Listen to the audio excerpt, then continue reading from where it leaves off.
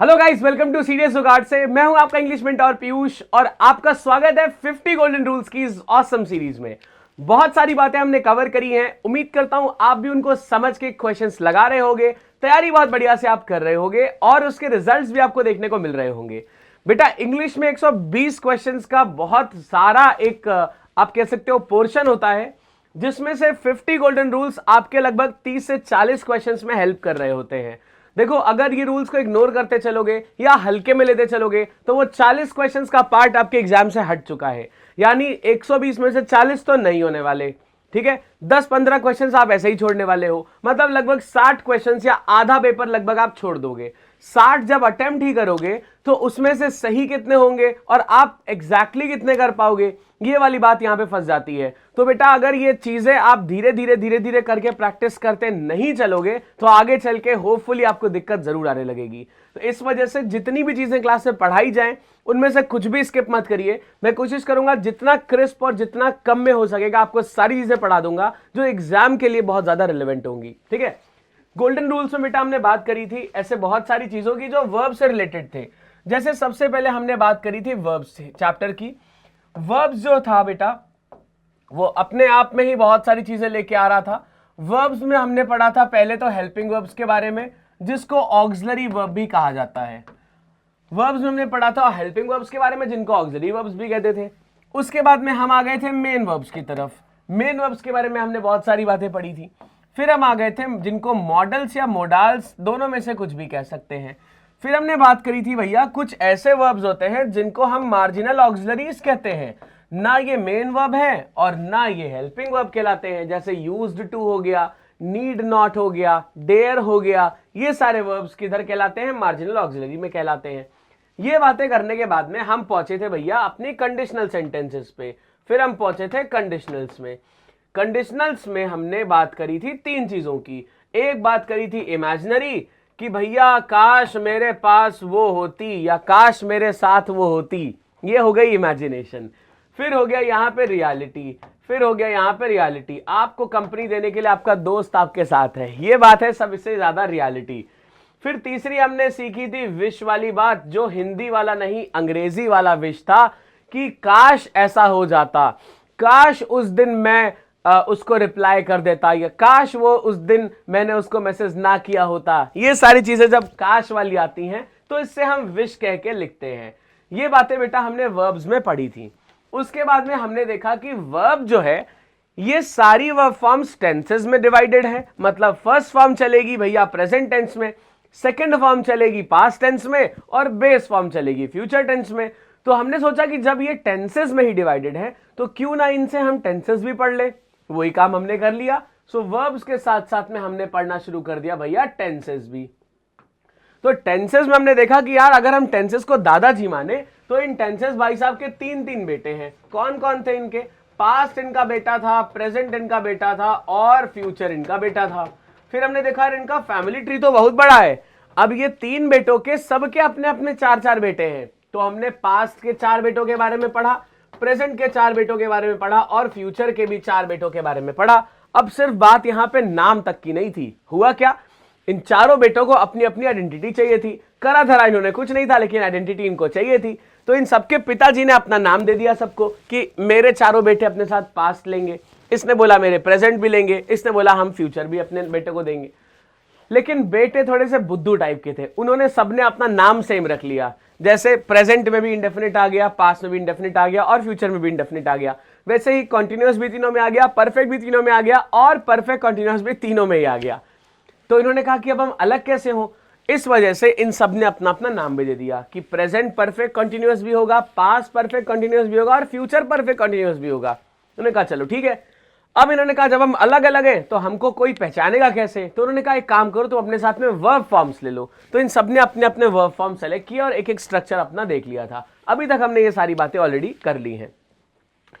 फिर उन्होंने कहा कि हम चलो वर्ब फॉर्म ले लिए, लेकिन अब हम आएंगे कहां पे। मतलब जैसे मान लीजिए मेरा यहां पे क्या यूज है, मैं आपको इंग्लिश पढ़ाने के लिए आता हूं। अगर बात होगी हिंदी पढ़ाने की तो मेरा यूज नहीं होगा, उसके लिए कोई दूसरा टीचर आएगा। या मान लीजिए फिजिक्स पढ़ाने की बात होगी तो आपके लिए विनीत सर आएंगे यहाँ पे। तो मेरा अपना यूज क्या है, यहाँ पे मैं इंग्लिश पढ़ाता हूं। वैसे ही इन्होंने बोला कि भैया हमारा वजूद क्या है, तो पिताजी तो चले गए, अभी दादाजी भी नहीं है, तो अब मेरा वजूद क्या है ये तो बताओ। तो इन्होंने कहा एक काम करो, तुम सारे भाइयों को हम अपनी लिमिट सेट कर देते हैं कि जब भी कभी ऐसी बात होगी तो तुम लगोगे, ये वाली बात होगी तो तुम लगोगे, और दूसरी बात होगी तो ये लगेगा। ऐसे करके 12 लिमिट्स बेटा इनके लिए सेट कर दी गई।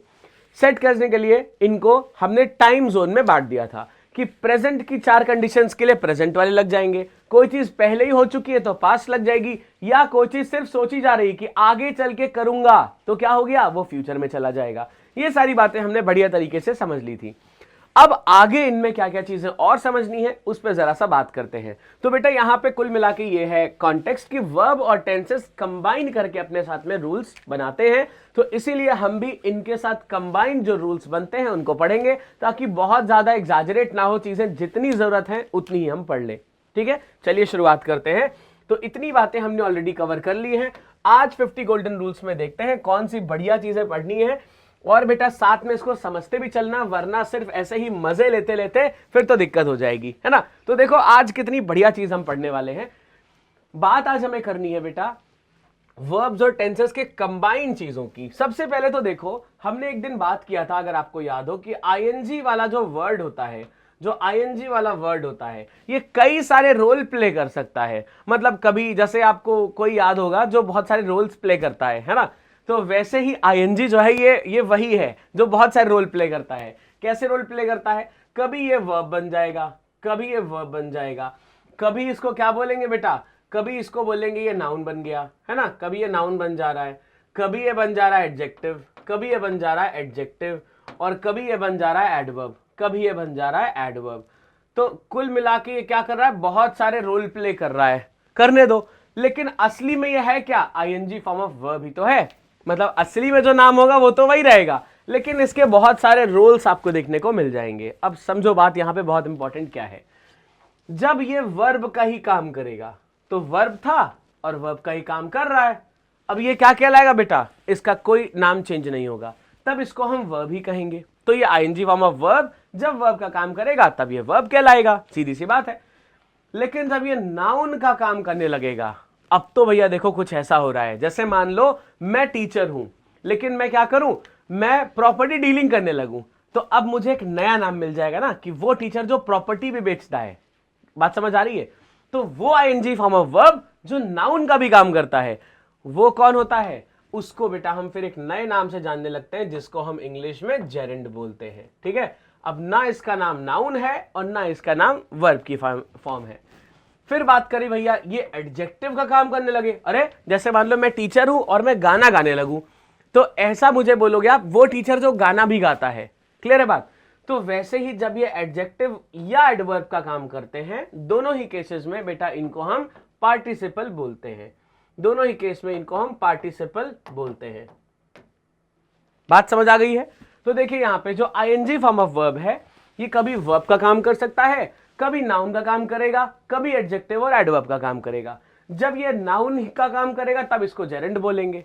जब ये वर्ब का ही काम करेगा, क्योंकि वर्ब ही था, वर्ब का ही काम कर रहा है, तब तो ये वर्ब ही कहलाएगा। जैसे मैं टीचर हूं और मैं पढ़ाने का काम करूं, तो मुझे क्या बोलोगे, टीचर ही बोलोगे। वैसे ही वर्ब था, वर्ब का काम कर रहा है भैया, फिर ये वर्ब ही कहलाएगा। नाउन बन गया, अच्छा अपनी आइडेंटिटी छोड़ के कुछ और बन गए, इनका नाम भी बदलना पड़ेगा, तो बदल दिया हमने भैया, जेरेंड तुम कहलाओगे आज से। ठीक। फिर यहां पे आया आईएनजी फॉर्म ऑफ वर्ब है, लेकिन एडजेक्टिव या एडवर्ब का काम कर रहे हैं। अब इन्होंने अपना फिर से धंधा बदल दिया, तो फिर से धंधा बदला, हमने फिर से इनका नाम बदल दिया, इनको पार्टिसिपल कहने लगे।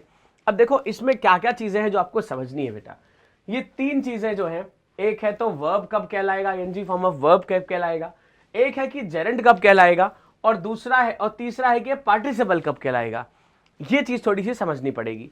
तो आईएनजी फॉर्म ऑफ जो वर्ब होती है, ये हमेशा वर्ब ही नहीं कहलाती है, ये अलग अलग टाइम पे अलग अलग चीजें कहलाती है। इस चीज को थोड़ा समझते हैं। एक बार पास में हमने ऑलरेडी बात करी थी, लेकिन इसको थोड़ा सा क्लियर पिक्चर में समझेंगे, उसके बाद बेटा आगे बढ़ेंगे। ठीक है, ध्यान से देखिए इसको। तो सबसे पहले बात करी जाए कि आईएनजी फॉर्म ऑफ जो वर्ब होती है, ये वर्ब कब कहलाती है। ये पहला केस है। पहला केस क्या कह रहा है, आईएनजी फॉर्म ऑफ वर्ब कब कहलाएगी, वर्ब। अब यहां पे भैया खुद को ही खुद कहलाने के लिए इनको कुछ प्रूव करना पड़ता है। तो आईएनजी फॉर्म ऑफ वर्ब जो होती है बेटा, ये वर्ब तब कहलाती है जब इनसे पहले क्या लिखा होता है, इनसे पहले क्या लिखा होता है, इज लिखा होता है, एम लिखा होता है, आर लिखा होता है, वॉज लिखा होता है, वर लिखा होता है या बी लिखा होता है। ठीक है, बात समझ आ रही है। आईएनजी फॉर्म ऑफ वर्ब कब वर्ब कहलाएगी, जब इनके पहले, देखो यह एरो कहां लिखा है, इनके पहले क्या लिखा होगा, इज, एम, आर, वॉज, वर या बी लिखा होगा। फॉर एग्जाम्पल, एग्जाम्पल के बिना हम कुछ नहीं देखेंगे, क्योंकि अगर एग्जाम्पल नहीं जिंदगी में तो क्या ही किया फिर, है ना बेटा। तो एग्जाम्पल्स के तौर पे हम चीजें देखना शुरू करेंगे। देखो ध्यान से समझो, अब यहां पे हम एग्जाम्पल की बात करें अगर, तो हम एग्जाम्पल देख सकते हैं। पहला, एक सेकेंड रुकना, एक कलर बढ़िया सा ले लेता हूं। हाँ, एग्जाम्पल अगर मैंने लिखा he is eating the food, he is eating the food. अब यहां पे मुझे चाहिए, अब मुझे बताना है भैया कि भैया ये जो ईटिंग है इसका पार्ट ऑफ स्पीच ये वर्ब है या नहीं है। तो देखो आईएनजी को मैंने जैसे ही पकड़ा, मैं क्या करूंगा बेटा, इसके पहले चेक कर लूंगा कि इज, एम, आर, वॉज, वर लगा है कि नहीं लगा है। तो देखा मैंने कि ईटिंग के जस्ट पहले तो इज लगा हुआ था, यानी ईटिंग क्या बन गया, ईटिंग बन गया वर्ब हुआ, ईटिंग क्या बन गया, वर्ब बन गया। सीधी सी बात है, यहां पे ईटिंग वर्ब बन गया। अब देखो दूसरा केस, अब ये चीज पहचानना बहुत आसान हो गया। अगर आईएनजी से पहले क्या लगा है, is, am, are, was, verb या बी लगा है, तो मैं क्या करूंगा, इसको हम वर्ब मान लेंगे। ठीक है, बी के अलावा एक और वर्ड है बेटा, मैं लिख दे रहा हूं, वो भी जान लो। बी लगा है या फिर बीन लगा है ना, बी या बीन लगा है तो ये क्या हो गया, बी या बीन लगा है तो ये, तब इसके बाद अगर आईएनजी लगा है तो ये वर्ब बन गया। जैसे अगर लिखा है I have been eating food since morning.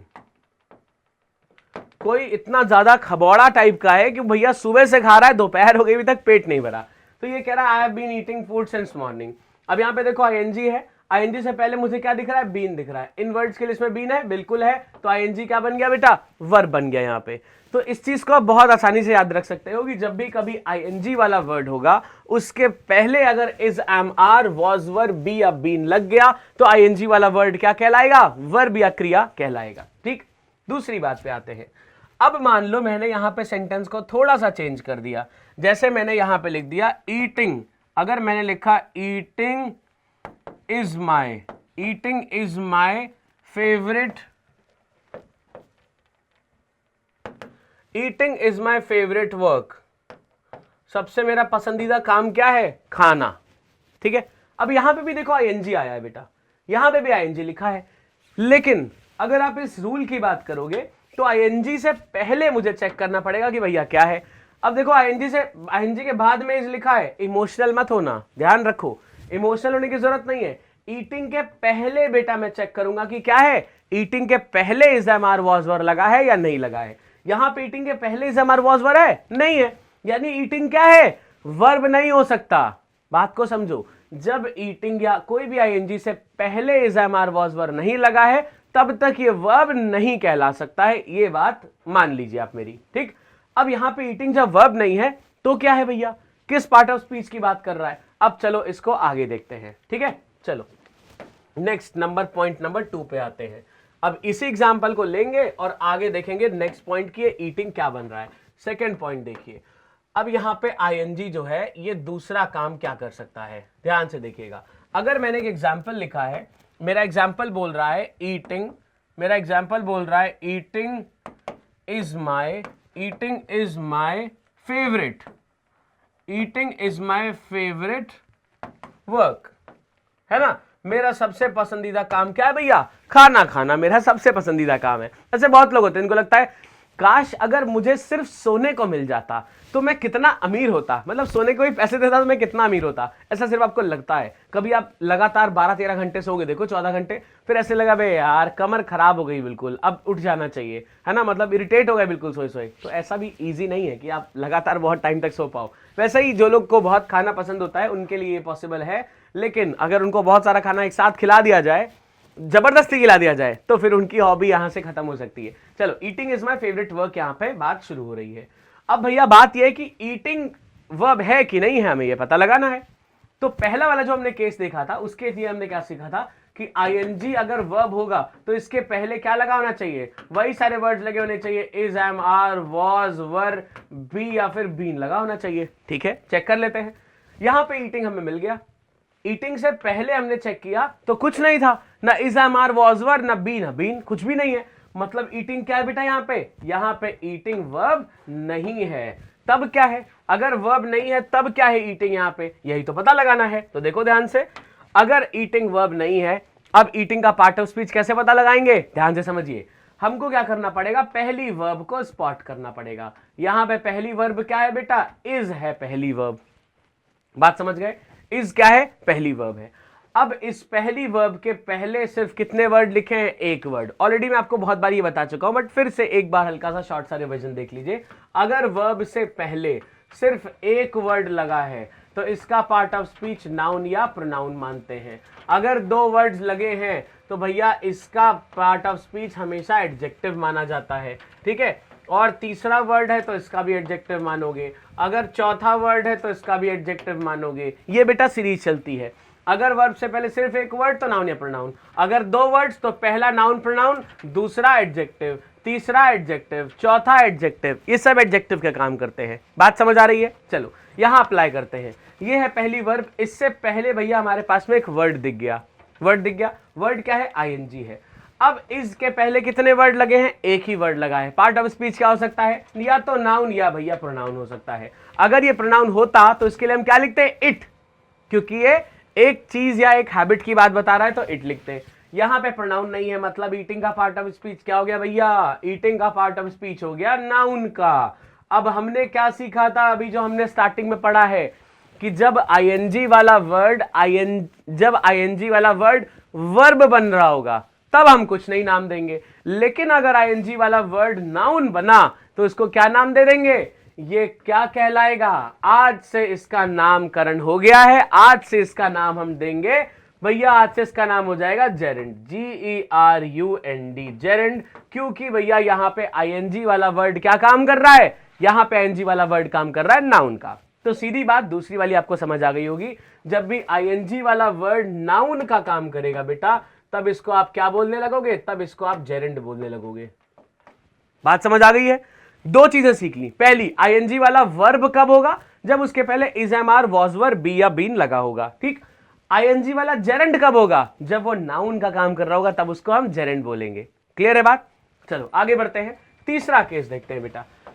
तीसरा केस देखो क्या कह रहा है। अब यहां पे तीसरे केस में दो सेंटेंसेस लिखेंगे। देखो यहां पे तीसरा केस क्या कह रहा है कि जैसे मान लो आईएनजी वाला वर्ड है, ठीक है, आईएनजी वाला वर्ड है। अब इसके लिए दो केसेस लिखते हैं। देखो पहला क्या लिखा है, अगर मैं यहां पे लिखूं स्विमिंग पूल, मेरा पहला सेंटेंस है swimming pool was constructed overnight.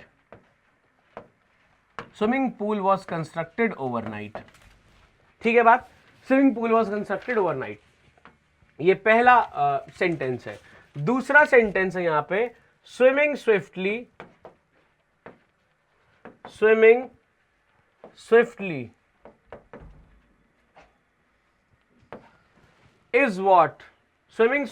is what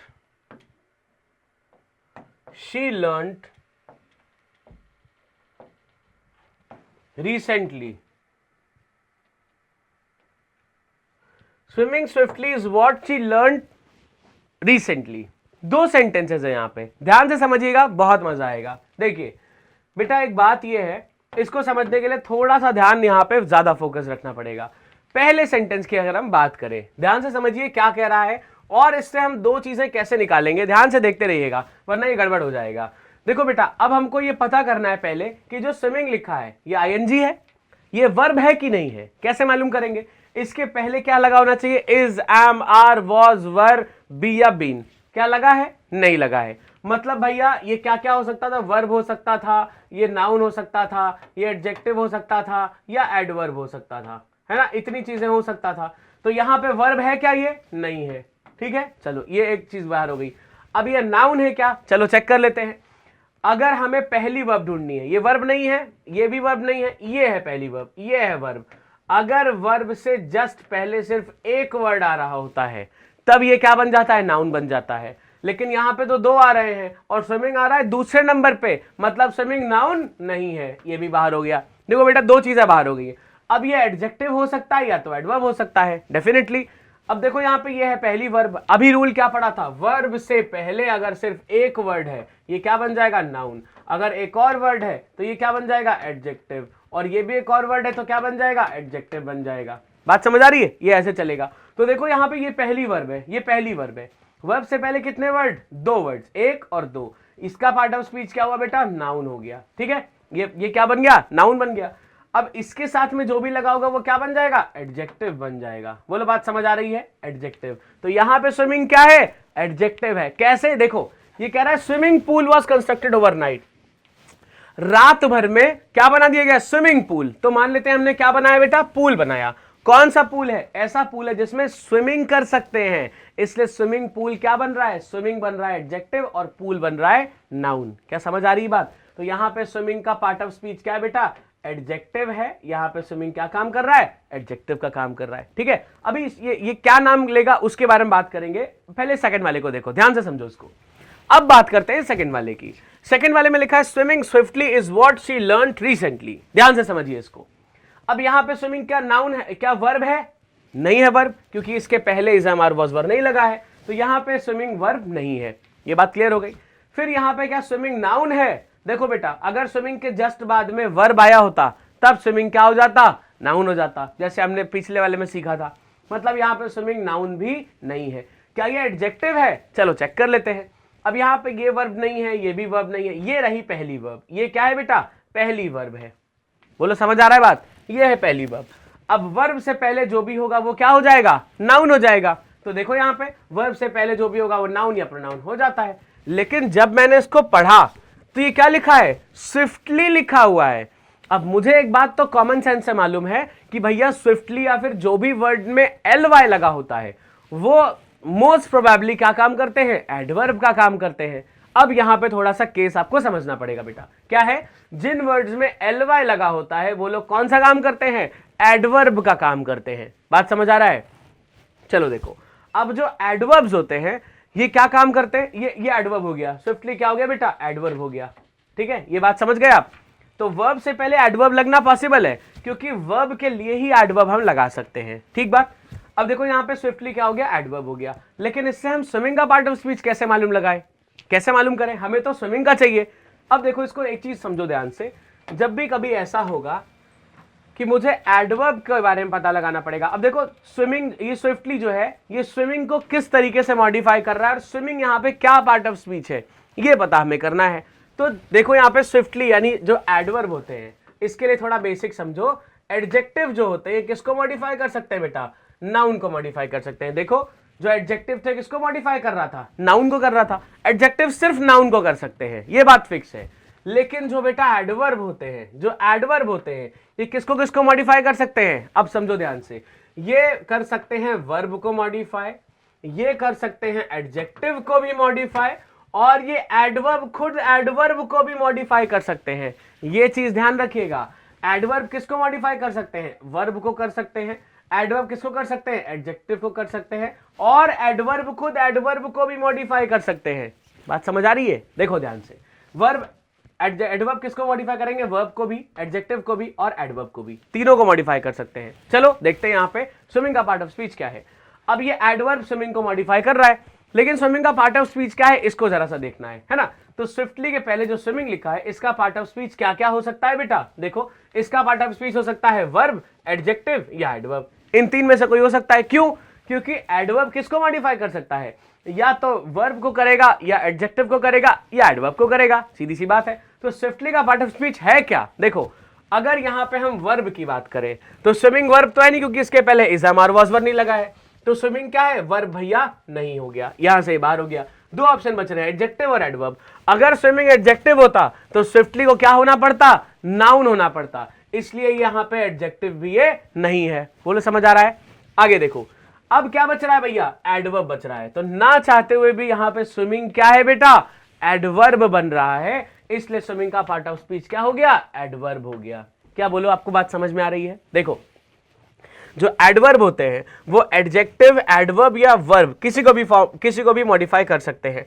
अब यहां पे स्विमिंग जो था वो या तो वर्ब होगा या एडजेक्टिव होगा या एडवर्ब होगा, क्योंकि एडवर्ब तो तीन में से किसी एक को ही मॉडिफाई कर सकते हैं, वर्ब ये था नहीं।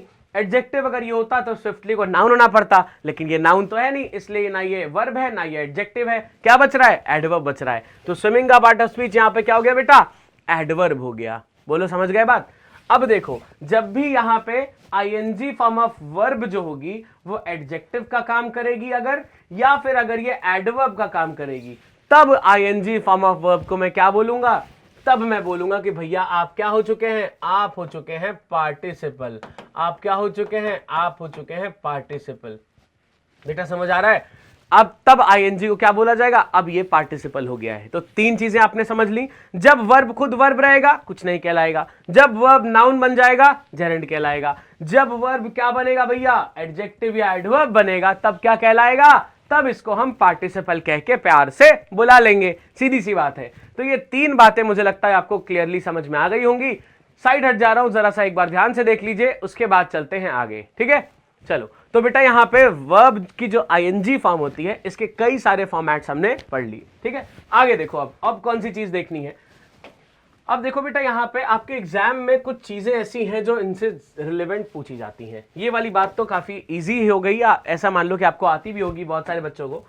तो इसमें से देखते हैं कि अब और कौन सी चीजें जो आपको थोड़ा सा ध्यान यहां पे रखना पड़ेगा। देखो ध्यान से। अब जैसे मान लो नेक्स्ट पॉइंट ये है कि बेटा जैसे बहुत सारी ऐसी वर्ब्स होती हैं जिनको आप आईएनजी फॉर्म में नहीं रख सकते। जैसे मान लो एक वर्ब है हैव, एक वर्ब है हैव। अब अगर मैंने लिखा कि आई एम हैविंग, अगर मैंने लिखा आई एम हैविंग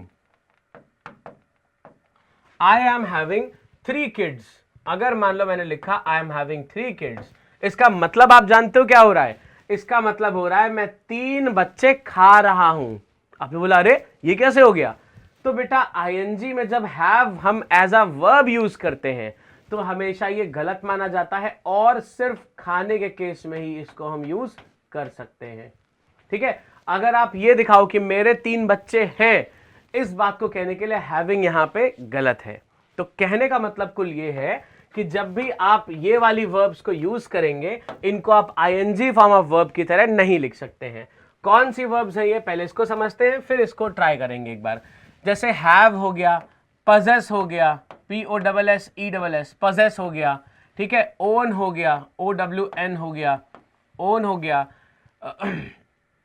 फिर हो गया टेस्ट हो गया, TASTE। फिर हो गया स्मेल, टेस्ट हो गया, स्मेल हो गया, टच हो गया, हेयर हो गया, HEAR। फिर हो गया बेटा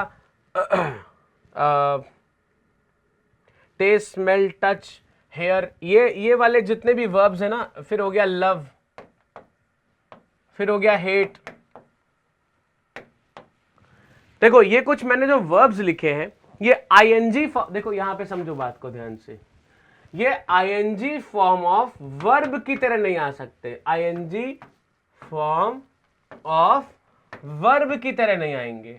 अब इस बात में थोड़ा सा दिमाग लगाना, बेवकूफी मत करना कि भैया कभी भी आईएनजी में नहीं आ पाएंगे। ये क्या बात कर दी आपने सर? जैसे मान लो किसी ने लिखा कि loving you was the worst decision of my life, was the worst decision of my life। मान लो किसी ने ये लिख दिया, उसने बोला सर यहां पे लविंग तो सही है, आप बता रहे हैं गलत है। तो बेटा ऐसी बेवकूफी और तुच्छ बातें मत करिएगा, क्योंकि आईएनजी यहां पे यूज तो हुआ है बट यहां पे आईएनजी वर्ब नहीं है। ये कॉमन सेंस लगाने के बाद तब कोई क्वेश्चन पुटअप करना अपने आप से भी और फिलहाल मेरे से भी, कि आईएनजी तो लगा दिया लेकिन आईएनजी वाला वर्ब यूज हुआ है कि नहीं ये देखना पड़ेगा। तो लविंग के पहले क्या मैंने इज़ामार वाज वर लगाया है? नहीं लगाया है। इसका मतलब है लविंग यहां पे वर्ब नहीं है, यहां पे लविंग बिल्कुल सही है। लेकिन अगर मैं यहां पे लिख दूं आई एम लविंग यू, अगर मैंने यहां पे लिख दिया आई एम लविंग यू, ये बेटा गलत है, क्योंकि यहां पे लविंग के पहले एम लग गया है, इस वजह से लविंग यहां पे एज अ वर्ब यूज हुआ है, जो गलत है, नहीं यूज हो सकता। So I am loving you is nothing, it should be I love you, that's it. ठीक है, तो आई एम लविंग यू गलत है। इसी तरीके से यहां पे जितने भी वर्ड्स लिखे हुए हैं ये सारे आपके एग्जाम के लिए बहुत ज्यादा इंपॉर्टेंट है, सब जानने पड़ेंगे, कुछ भी इग्नोर नहीं कर सकते। यहां पे 7-8 ही वर्ड्स लिखे हैं। अगर किसी ने बोला आई एम ओनिंग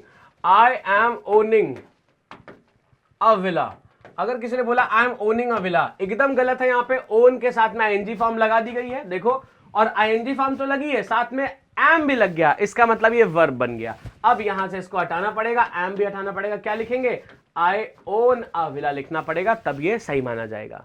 बात समझ आ रही है? तो ये वाले सारे वर्ड्स को नोट कर लीजिए, ये जितने भी वर्ड्स हैं बेटा, ये सब आईएनजी फॉर्म ऑफ वर्ब की तरह नहीं आ सकते हैं। इनमें आप कुछ भी फॉर्म लगाइए, आईएनजी वाला भी यूज करिए, लेकिन याद रखिएगा जब भी कभी ये आईएनजी फॉर्म ऑफ वर्ब की तरह आपको दिख जाए, आपको सेंटेंस में से इन्हें काट देना है और आपको इन्हें नॉर्मल प्लेन फॉर्म में लगा देना है, वरना सेंटेंस गलत माना जाएगा। क्लियर है बात? जैसे मान लीजिए एक आध एग्जांपल्स और देख लेते हैं जो ये चीज को प्रूव करेंगे बेटा। अगर मान लो किसी ने लिखा the rose is smelling sweet, the rose is smelling sweet.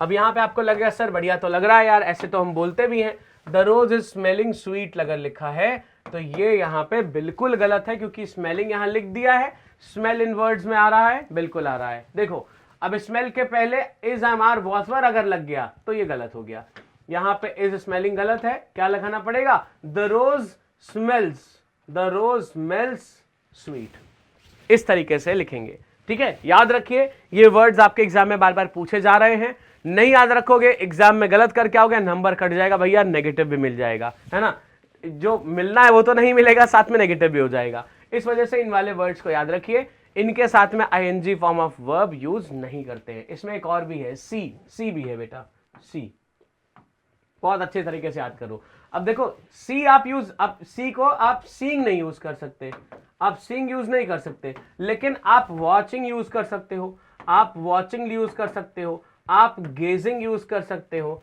आप गेजिंग यूज कर सकते हो।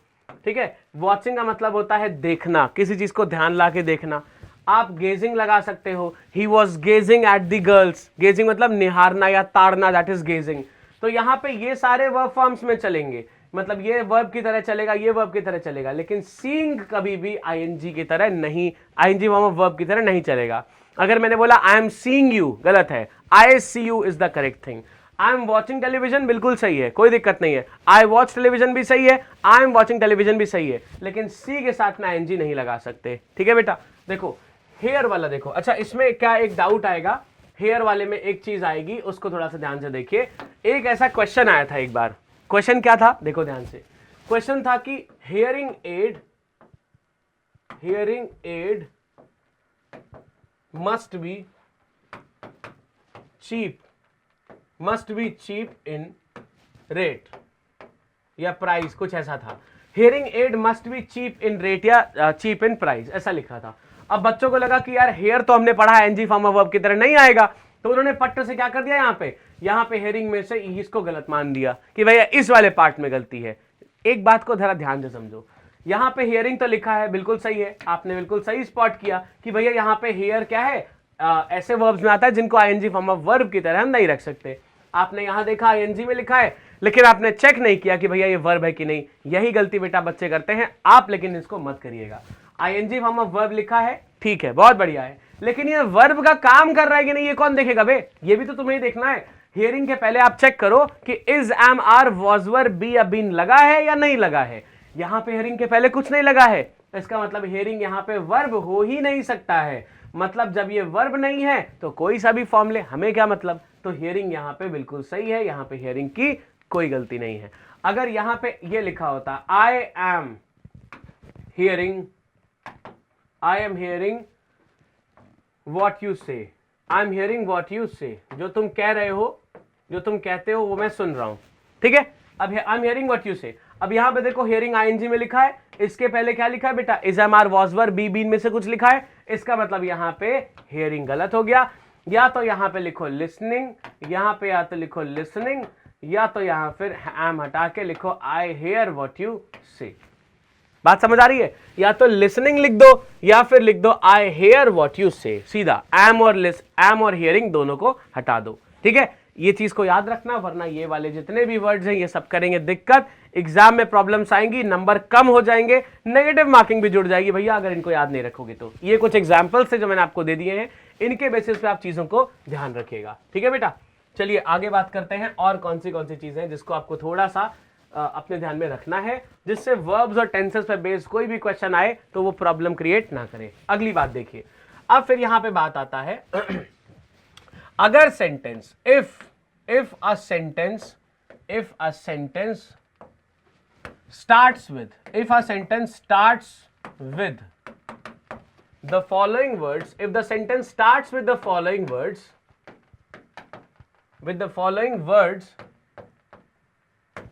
हम क्या करते हैं, the tense of the sentence is present continuous tense. The tense of the sentence is present continuous tense. ठीक है बेटा, ये कौन सा रूल है, ये कौन सी बात हुई कि भैया किससे स्टार्ट हो रहा है तो प्रेजेंट कंटिन्यूअस टेंस में लिखेंगे। देखो अजीब लगेगा अभी ये, लेकिन अभी धीरे धीरे आप सब कुछ समझ जाओगे। देखो ध्यान से समझो, अगर बेटा मान लो मैंने एक चीज बताई आपको कि अगर कभी इनसे सेंटेंस शुरू होगा, किससे, स्टिल से सेंटेंस शुरू हुआ अगर, या अगर सेंटेंस कभी प्रेजेंट से शुरू हुआ, या अगर कभी सेंटेंस एट प्रेजेंट से शुरू हुआ, एट प्रेजेंट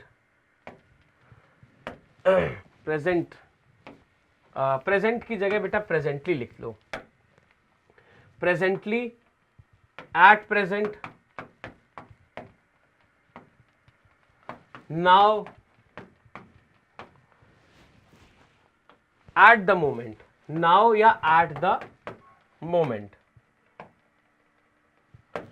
अगर इनमें से किसी भी वर्ड से सेंटेंस की शुरुआत हो रही है, देखो बीच में कहीं आएंगे, ये रूल खत्म हो गया, ये नहीं चलेगा।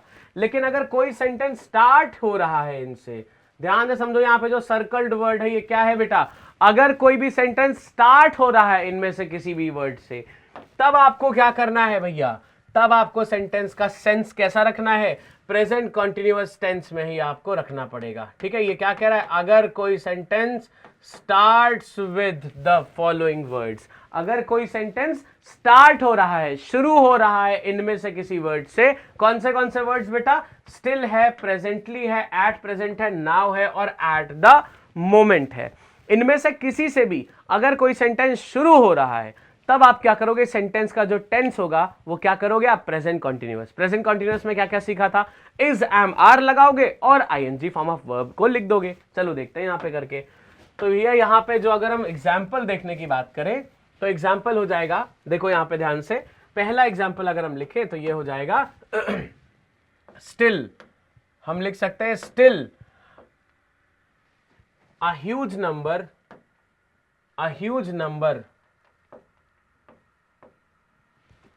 of women lives below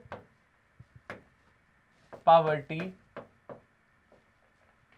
line। अब यहां पे देखो एक चीज ये समझो, अच्छा और दूसरा सेंटेंस लिखते हैं। अगर यहां पे मान लो लिखा है आई एम, या अगर मान लो यहां पे लिखता हूं मैं I still love you the most, I still love you the most. अगर यहां पे दो सेंटेंसेस लिखे हैं, ध्यान से इनको समझिए क्योंकि ये आपको बहुत सारी चीजें सिखा के जाएंगे। देखो still a huge number of women lives below poverty line, ये लिखा है। यहां पे बेटा सेंटेंस स्टिल से शुरू हो रहा है तो हमको वही वाला रूल सीधा अप्लाई कर देना है। क्या रूल था कि जब भी sentence still, presently, at present, eight the moment या नाउ से शुरू होगा, इनका जो टेंस रखना पड़ेगा, इसको क्या रखना पड़ेगा बेटा, हमें रखना पड़ेगा प्रेजेंट कंटीन्यूअस। तो यहां पे टेंस यानी कि वर्ब कहां लगी, still a huge number of women lives below poverty line. ये लगी है वर्ब, यही हो गया गलत। इसकी जगह मुझे क्या लगाना पड़ेगा बेटा, इज लिविंग लगाना पड़ेगा, is living below poverty line लिखना पड़ेगा। ठीक है, देखो आईएनजी हो गया और इसके पहले इज एम आर वॉज मेरे में से कुछ भी एक चीज चाहिए, तो still a huge number of women is living below poverty line, यहां पे ये चीज ठीक हो गई। बात समझ आ रही है? तो याद रखना, जब भी कभी सेंटेंस इससे शुरू होगा हमेशा क्या करना पड़ेगा बेटा, is am are plus verb की थर्ड फॉर्म आपको, सॉरी इज एम आर के साथ में आईएनजी फॉर्म ऑफ वर्ब आपको चाहिए होगी। फिर यहां सेकंड देखो, I still love you the most. अब हमने फिर से दिमाग लगाया कि भैया still, presently, at present, eight the moment और नाउ में से कुछ होगा तो क्या करेंगे, इसकी वर्ब फॉर्म क्या चेंज कर देंगे, यहां पे जो भी नॉर्मल सी वर्ब फॉर्म लिखी होगी इसको हम is am are plus ING में चेंज कर देंगे। लेकिन गलती कहां होगी, आपको लग रहा होगा भैया शुरुआत में ही तो लगा है स्टिल, लेकिन ऐसा नहीं कर सकते।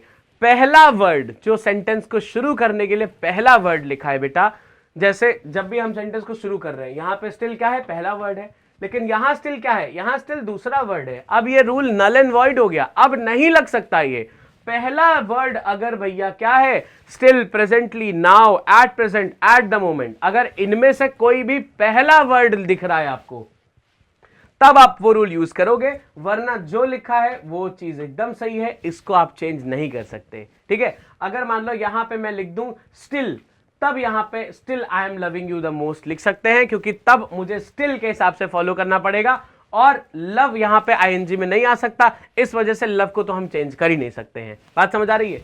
तो इवन यहां पे स्टिल आ जाएगा तब भी आप लविंग लिख नहीं सकते, क्योंकि लव आईएनजी में नहीं आता है। पिछले वाले रूल में मैंने आपको ये चीज बताई थी, पिछले वाले पॉइंट पे मैंने आपको ये चीज बताई थी, है ना, जैसे लव है, हेट है, पजेस है, हैव है, ये सब आईएनजी फॉर्म ऑफ वर्ब की तरह आ ही नहीं सकते। So even if I right, देखो यहां पे अगर तीसरा केस क्या बता रहे हैं, अगर मैं ये लिखता भी हूं still I am loving you, अगर ये लिखा है still I am loving you, still I am loving you the most, अगर मान लो ये सेंटेंस भी लिखा होता है still I am loving you the most, तो क्या ये सही हो सकता है? बिल्कुल नहीं। ध्यान से समझो, स्टिल तो लगा है, बिल्कुल सही बात है। अगर स्टिल लगा है तो क्या करना चाहिए, आगे चल के हमको क्या करना चाहिए, is am are plus ING लिखना चाहिए। ठीक है, तो यहां पे एम प्लस आईएनजी लिखा है, ये बात सही हो गई। लेकिन समझो बात को ध्यान से, जो ऐसे कुछ वर्ड्स होते हैं जो आईएनजी फॉर्म ऑफ वर्ब की तरह आ नहीं सकते, तो लविंग को मैं चेक करूंगा, ये आईएनजी है, ठीक है, इसके पहले एम लग गया, अरे बाप रे बाप, यही गलत हो गया।